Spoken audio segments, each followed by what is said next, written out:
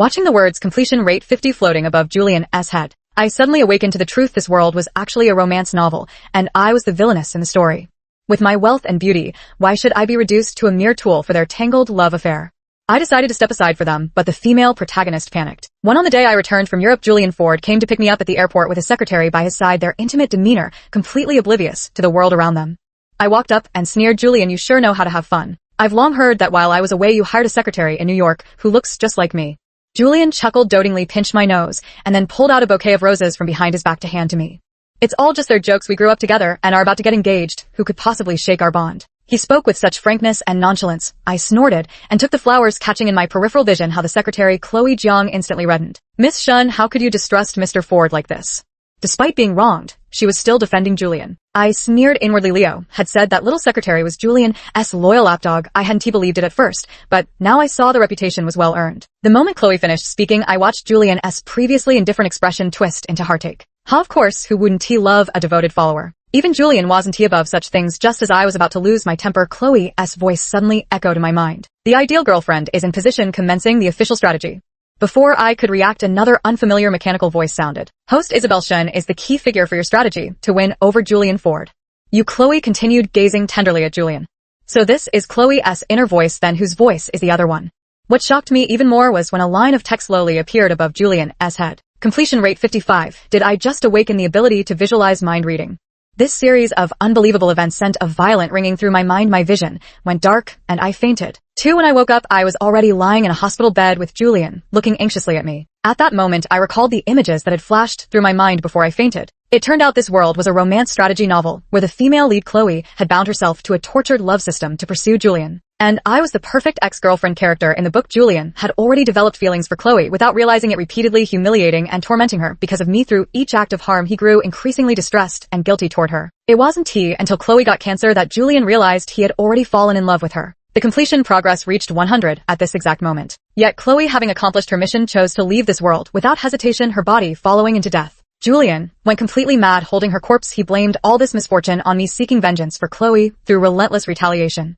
First they bankrupted my family's company, then hired someone to drug and assault me, even recording the video and releasing it online to ruin my reputation, ultimately driving me to jump to my death. At the end of the story, Chloe's soul stood in the void, wearing a satisfied smile. She had successfully manipulated both Julian and me like puppets on strings. Julian got what he deserved for his own misdeeds, but I, for the sake of a man who had changed his heart, became nothing more than a willing pawn in their tangled love story. How innocent and how ridiculous. I have wealth, beauty, and a bright future ahead of me. I'd have to be insane to engage in petty jealousy. Since that is the case, I might as well let them have each other. But to my surprise, when I tried to step back, Chloe wouldn't let me. After being discharged from the hospital, Julian threw a party at his penthouse, claiming it was a welcome celebration for me. I didn't refuse. It was the perfect opportunity to cut ties with him. On the day of the gathering, our clueless friends kept teasing Julian and me, insisting we drink the ceremonial cross-cup wine. Julian suddenly seemed to remember something and made a call. "Chloe, there's a bottle of premium wine in my car. Bring it to me immediately." "Ha ha ha, no way." Julian's being even more particular than us. All right, we'll wait." Leo clapped his hands and burst into laughter, leading the crowd in teasing us with exaggerated praise. I sneered coldly. Julian was just worried about Chloe waiting hungry in the car. He simply grabbed the first excuse to deliver wine. This habit of using me as a pretext was utterly revolting. The moment Chloe arrived, our friends immediately started making sarcastic remarks. "What a piece of sticky candy, that just one tea. Let go, our Isabel is back. Now some people should know their place and stop overestimating themselves." I secretly broke into a cold sweat. For them in the original story, these rich kids would all meet terrible fates later. Julian remained silent, leaning back casually in his chair while swirling his red wine, allowing Chloe to be humiliated. The more indifferent he is now, the more regret he'll feel later. "Serves you right." Seeing their words growing increasingly excessive, I quickly interrupted them and had the butler escort Chloe out to prevent further relentless trouble. Chloe, however, hesitated to leave, her gaze lingering on Julian's face, as if waiting for him to stop her. Julian scoffed coldly. "What Isabel says is my command. Get out." Chloe paled, hurt flashing in her eyes. After a moment's hesitation, she suddenly stepped forward, poured herself a glass of wine with stubborn defiance, and, "Miss Shun, I know I'm not qualified to attend your welcome party. It was my fault for making you faint last time. Let me punish myself with 3 drinks first." I couldn't help but frown. As she playing dumb, I was worried she'd feel awkward staying, yet she deliberately brought up how I fainted at the airport. This just forcing Julian to prove his loyalty to me by mistreating her. Oh, I get it now. The whole seeking punishment act is fake. She's just using this opportunity to make me her tool for conquest. Sure enough, Julian suddenly stood up, snatched the drink, and splashed it in her face with a cold command. "You're not worthy of drinking such expensive wine," he said without even glancing at her, then turned to take my hand. "Isabel, don't be angry. I'll fire her tomorrow." Chloe stood trembling, her face drenched in red wine, as humiliated tears welled up in her eyes. Then I saw the text above Julian's head flicker before refreshing. Progress 60, just as I thought. I truly am a complete fool, but Chloe was clearly dissatisfied with this progress because I overheard her conversation with the system again. This affection level is rising too slowly. I need to pull out the big gun system, prepare the blood packs. Another mechanical voice replied without hesitation. Understood, host. My scalp tingled with dread. What on earth was Chloe up to now? Before I could react, Chloe poured herself another full glass of red wine and gave me a desolate smile. In that case, Miss Shen, I'll drink this, all you do as you please.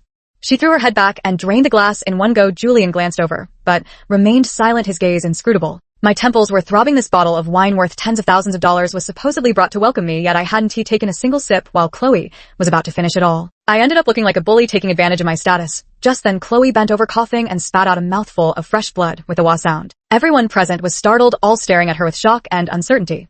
Yet she acted as if nothing had happened, pouring herself another glass and forcing it down. When she raised her face, blood stained the corners of her lips, making her appear utterly tragic. Mr. Ford, it seems my health truly can no longer meet the demands of being your secretary. Someone muttered under their breath at that moment. Didn't Chloe drink until she got stomach bleeding for Julian last time too?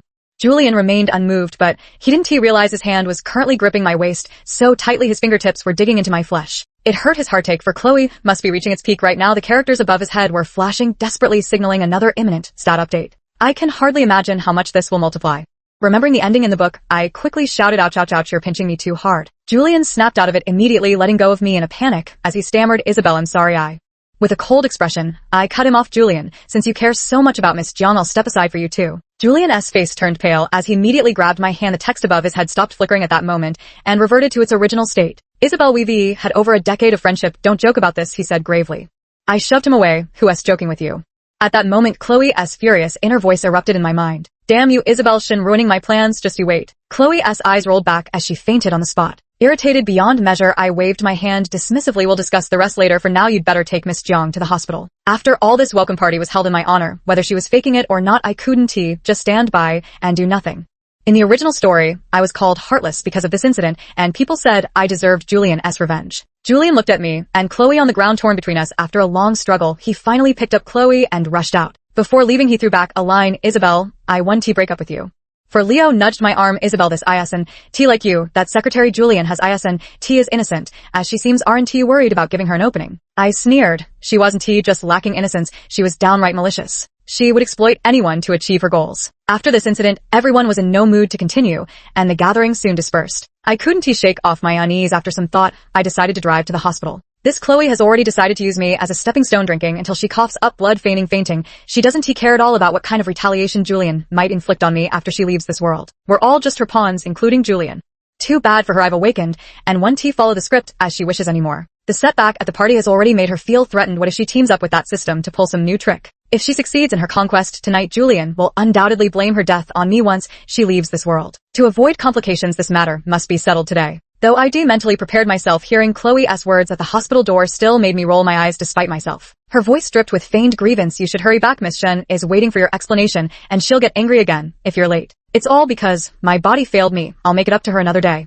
You don't need to feel guilty toward me. As your secretary, it's my duty to drink in your place. Julian remained silent, his expression visibly irritated. I didn't need to see his face to know exactly how he was feeling, because the glowing text above his head shone brighter than the emergency lights in hospital corridors. My eyelids were twitching uncontrollably as I walked in without bothering to knock. Julian was startled, leaping up from his seat by the hospital bed. Isabel, what brings you here? I stared at him without speaking. Julian guiltily averted his gaze, and the flickering text above his head gradually slowed its pace. Chloe immediately panicked. Who told you to come here? She had been lying there listlessly, looking as if she might meet her maker at any moment, but now she suddenly sat straight up in bed, her voice brimming with vigor.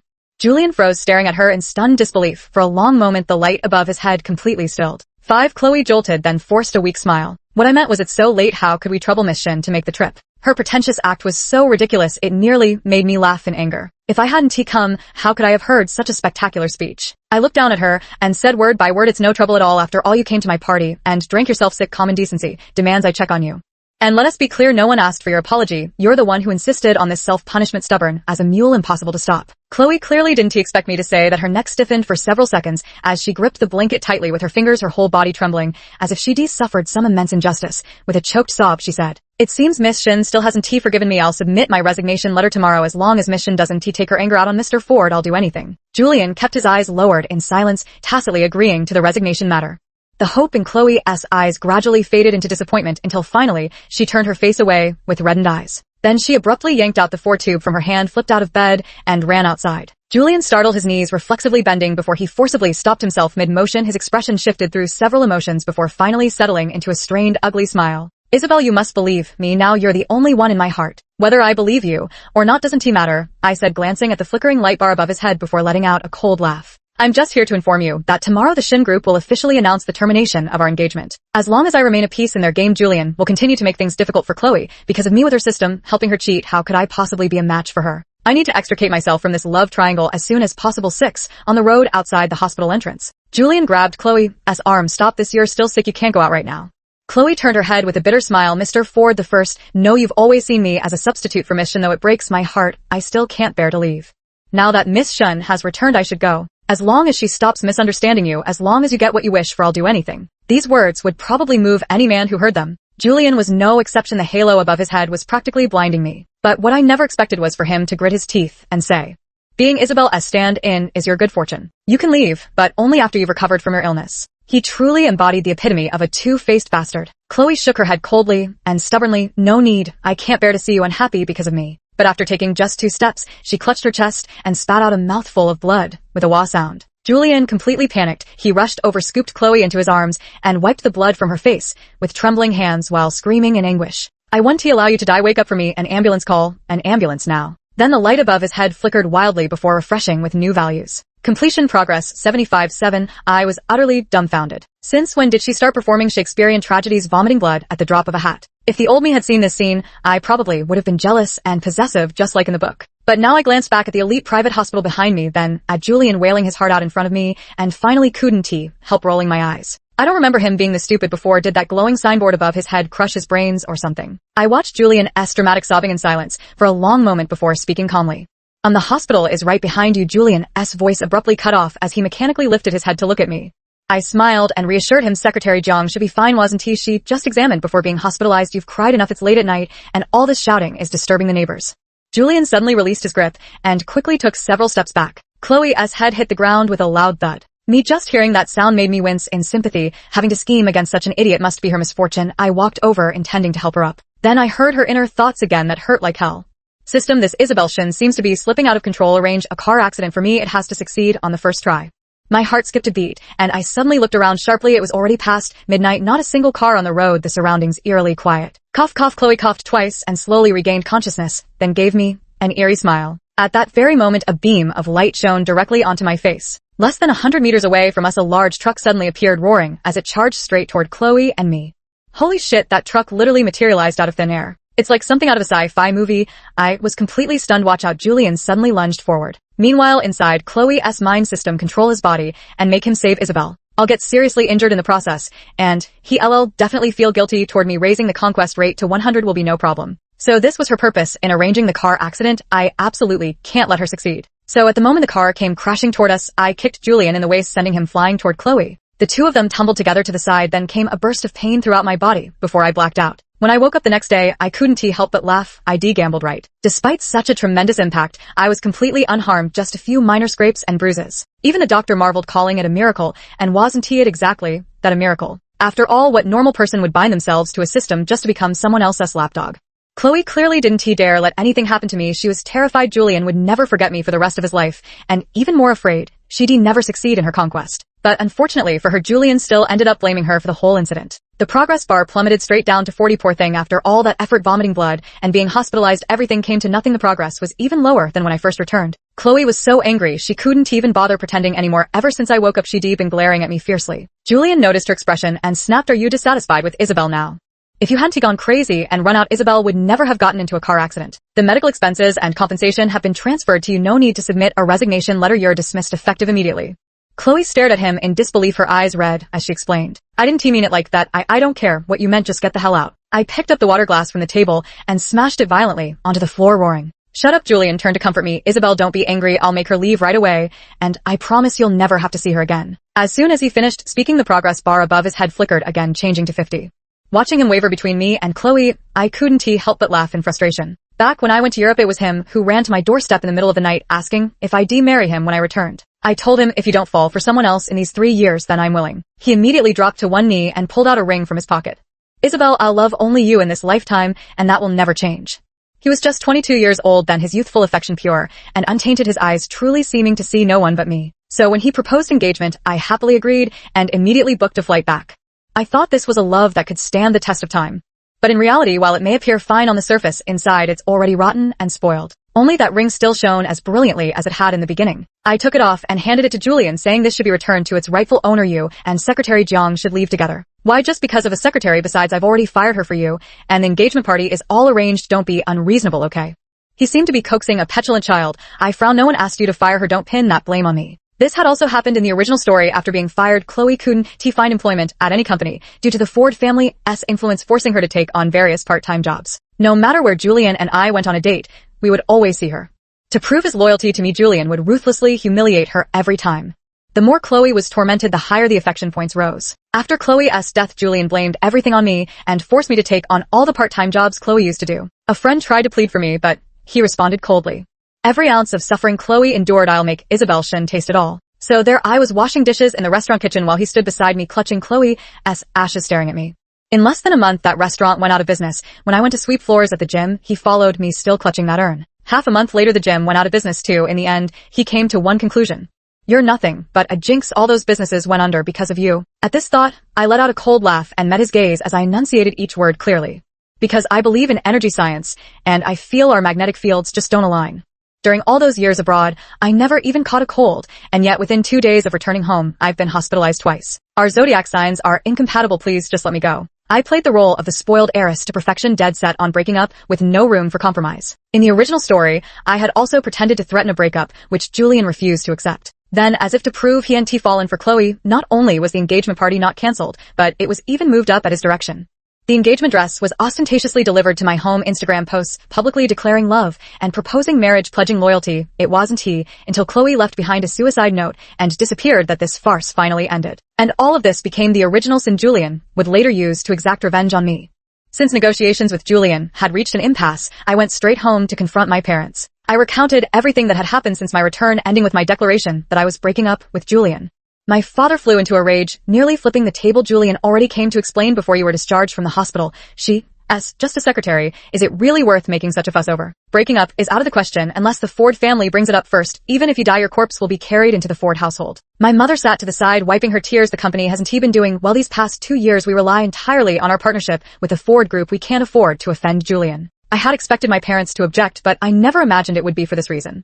In that moment, many things suddenly became clear to me. No wonder Julian dared to keep Chloe by his side so brazenly without even worrying about the news reaching my ears. He was certain my parents wouldn't dare to break ties with him. Even my brothers sternly lectured me. It's perfectly normal for a man to have a few women outside as long as you behave as Mrs. Ford should just turn a blind eye to other matters. I laughed. This was my own flesh and blood brother, the one who got into an Ivy League school through family donations, who spent his days carousing with his good-for-nothing friends, and whose personal life was even more of a mess. After Dad fell ill, he handed the company over to him. From that moment on, the company began its decline. For the past 2 years, it's only survived thanks to the support of the Ford Group. Both of us were heirs to wealthy families, but while Julian took his family's business to new heights, ours deteriorated steadily, barely surviving on the contracts Julian threw our way. In just 2 short years, what was once a neck-and-neck rivalry between our families had widened into a vast gap. Now no one in all of New York dares to offend the Ford family. My family is no exception. To protect their own interests, they wouldn't hesitate to sacrifice my happiness. In that case, I have nothing left to hold back. I'll agree to become engaged to Julian, but I have one condition. I curled my lips into a smile. Make my brother hand over the CEO position to me. Anyway, my brother, cut out for this, right? I looked at the red-faced furious group and said, you don't have to lift a finger, just wait to collect dividends. That great. After a long silence, my father finally relented. Then consider this your dowry. With the Ford family backing us, the company can only improve. I didn't respond. If even my own family couldn't be relied on, how much less a man who already changed his heart. Only by becoming strong yourself can you truly stand firm. Since Julian insists on getting engaged, then let it be. I hope he won't regret it. Ever since I took over the company, I've been so busy that I don't even have time to go home. I heard Julian really fired Chloe, and just like in the original plot, Chloe started taking on all sorts of part-time jobs everywhere. Everything is developing according to the original storyline. Julian keeps running into Chloe at various entertainment venues, where she's working part-time, witnessing her being bullied and mistreated. There were even old men trying to take advantage of her. Julian, who had already developed feelings for Chloe without realizing it, could no longer hold back. He severely punished those who had bullied Chloe, and then took her home. After getting drunk, they crossed the line physically. When the videos and photos reached me, I finally breathed a sigh of relief. After their relationship progressed further, Julian prepared to keep Chloe as his hidden treasure. But Chloe later refused. How is this any different from being kept? I'm not that kind of person. She insisted on going to work, so Julian had no choice but to visit her workplace and arrange for someone to look after her. The moment he spoke up, not only did no one dare to bully Chloe anymore, but even the boss treated her with utmost respect. You didn't see it? Our boss practically worships her. Anyone who didn't know better would think Chloe was Mrs. Ford. Chloe's colleague came to me and vented for a good 10 minutes. I transferred the agreed upon payment to her and said calmly, "Keep watching her, just don't get caught without me by his side." Julian only felt pity for her. That abusive love system naturally proved utterly useless. Chloe was frantic with anxiety and came to my company several times. But each time she was stopped at the reception desk. Finally, the engagement day arrived. All the prominent figures in the city had come. After greeting the guests, Julian asked me with doting concern if I was tired. I raised my eyes to look at the top of his head. Romance progress 55. When I saw this early in the morning, I almost couldn't hold back my laughter. After all those nights of sleeping together, it only increased by 5. Chloe must be losing big this time. I couldn't be bothered to keep up the act with him, and was about to find a place to rest. Suddenly, I heard a familiar voice. If I get humiliated here in front of Isabel, the romance points will definitely skyrocket. This was Chloe's inner voice. I followed the sound and saw a waitress walking towards me with a tray. Her head was lowered, but judging by her figure, it was unmistakably Chloe.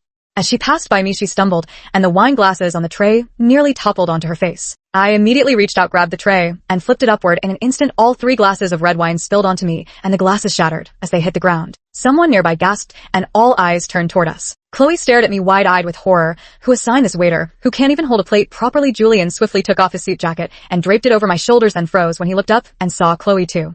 Whispers broke out among the onlookers nearby. Isn't that Mr. Ford's former secretary? Recently, she has been working as a waitress at some members-only club. Rumor has it Mr. Ford often drives her to work and has publicly claimed her as his person. How did this escalate to crashing an engagement party? This is such a slap in the face to Isabel. Julian's face turned from pale to ashen as he urgently explained, "Isabel, you mustn't believe those rumors." As he spoke, the numbers above his head kept changing. Progress 40, he shot Chloe a fierce glare. "You can't even hold a plate properly, get out of here." Numbers refreshed. Progress 30. Chloe stared at the progress percentage above his head with bloodshot eyes, her expression eerily terrifying.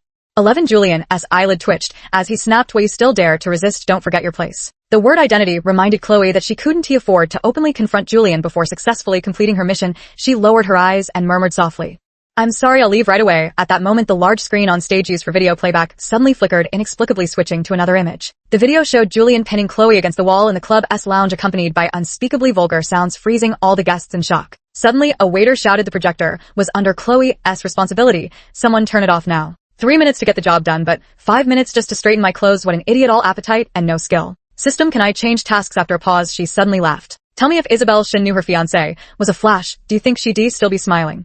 The flash me, I swear I had to mentally run through every sad memory of my life to keep from laughing right then. Julian's face turned ashen, his entire body seemingly petrified. Only the strategy points above his head remained active, refreshing every few seconds before finally plummeting to 0. Mrs. Ford rushed onto the stage, grabbed Chloe by the hair, and delivered 2 slaps, then roared, "Security, drag this lunatic out immediately." Chloe broke free from Mrs. Ford, ran off the stage, and seized Julian's arm. "Julian, I was just talking nonsense, don't believe it." I raised an eyebrow. She was truly panicking. She'd even stopped calling him Mr. Ford. Wasn't he this just confirming their affair? Sure enough, Julian's expression darkened further. He shook off Chloe's hand and roared, "Shut your mouth." Once again, the conquest progress updated. Conquest progress 20. Chloe completely lost at this time. When security came to pull her away, she clung to Julian's clothes so desperately that she ended up tearing his shirt to shreds. 12. Someone leaked the video from the engagement party. Now the entire New York elite knows about Julian's 3-minute performance, with some even calling him Speedy Gonzalez behind his back. Julian was too embarrassed to leave his house, so I seized the opportunity to poach several of his clients. The company gradually climbed out of its crisis. The Ford family, knowing they were in the wrong, didn't dare to confront us. As the company grew more successful, my father gained confidence and began mentioning Julian from time to time. Today I went golfing with old Chinpu, and he actually said, "I heard the Flash is your son-in-law." I was so angry my blood pressure nearly spiked. I calmly sipped my soup and asked, "So what did you say?" I told him he was talking nonsense. The engagement party didn't even happen. He is certainly not my son-in-law.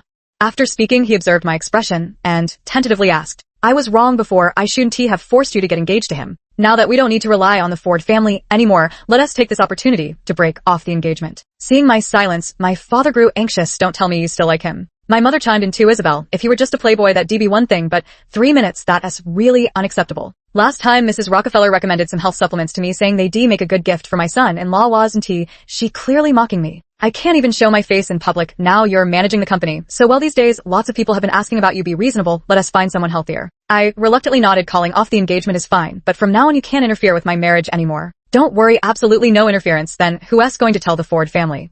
I'll go. My mother immediately stood up. I'll go right now. Don't you worry. You don't need to bother with this matter. After the engagement was called off, I heard Julian went to cause trouble for Chloe. The two got into a physical fight at the club, even drawing police intervention. In the end, Julian was detained for assault. Chloe came to me the next day covered in injuries. She caused a scene at the company entrance, so I had security bring her upstairs. After just a month apart, Chloe had grown noticeably thinner, her cheekbones bruised. She did look rather pitiful. Perhaps truly desperate, she actually confessed everything about the system to me, saying she'd be erased if the mission failed, and begged for my help. I looked at her coldly. Then have you ever thought about what will happen to me after you successfully complete your mission? Julian will think I killed the woman he loves most. Do you know how he would take revenge on me? Or do you simply not care about others' lives? Chloe pleaded in a humble voice. He won't do anything to you. He likes you so much. Before I leave this world, I'll leave him a message telling him not to harm you. Please help me. Though her words said this, her inner thoughts were completely opposite. This world is nothing more than a game to me. You're all just NPCs in the game. Why should I care? This Chloe is utterly incorrigible. Even at death's door, she still maintains that superior attitude. I suddenly find myself eagerly anticipating the moment she finally breaks. I studied her for a long moment before finally speaking. Since this is just a game, you can play it all by yourself. This NPC rejects your request. Chloe stared at me in astonishment, her expression shifting from confusion to outright panic. You can't hear my thoughts? Impossible. How could you possibly hear them? I told her I'd been able to hear her inner monologue since our first meeting. Chloe completely broke down, realizing her pity plays wouldn't work anymore, and immediately switched to emotional blackmail. She claimed that if I didn't help her, it would be tantamount to leaving her to die. I scoffed, coldly laughing in anger. You relied on that system to toy with people's emotions. Now getting erased is just what you deserve. Chloe lunged at me furiously, trying to hit me, but security quickly dragged her away. 13 later, Chloe came looking for me several more times, but was stopped each time. She screamed about having a system, throwing a wild tantrum at the company entrance. The incident made the news, and some charity organizations paid to have her committed to a psychiatric hospital, yet within 2 days, she'd already used her system to escape. The surveillance footage from the psychiatric hospital was broadcast on the television news. Chloe stood by the high wall muttering something under her breath. The next second the wall collapsed completely. Such a mentally unstable person with superhuman abilities was undoubtedly a danger to society. The police launched a citywide manhunt and finally found her on the rooftop of the Ford Group building. Chloe held Julian in her arms as they both stood outside the rooftop railing. The wind blew, causing both of them to sway dangerously, nearly tumbling down. You crazy woman, let go of me. Julian's face twisted in terror, his voice trembling as he spoke. Chloe giggled, pinching Julian's cheeks so hard her nails dug into his flesh. If you hadn't been tempted from the very beginning when searching for a target, the system wouldn't have chosen you. After sleeping with you for nothing all this time, she slapped Julian across the face. Just thinking about it makes me sick. Julian kept his eyes shut, not daring to move, crying and playing the emotional card, saying he had loved her. It's all just their jokes. We grew up together and are about to get engaged. Who could possibly shake our bond? If you love me so much, then die with me.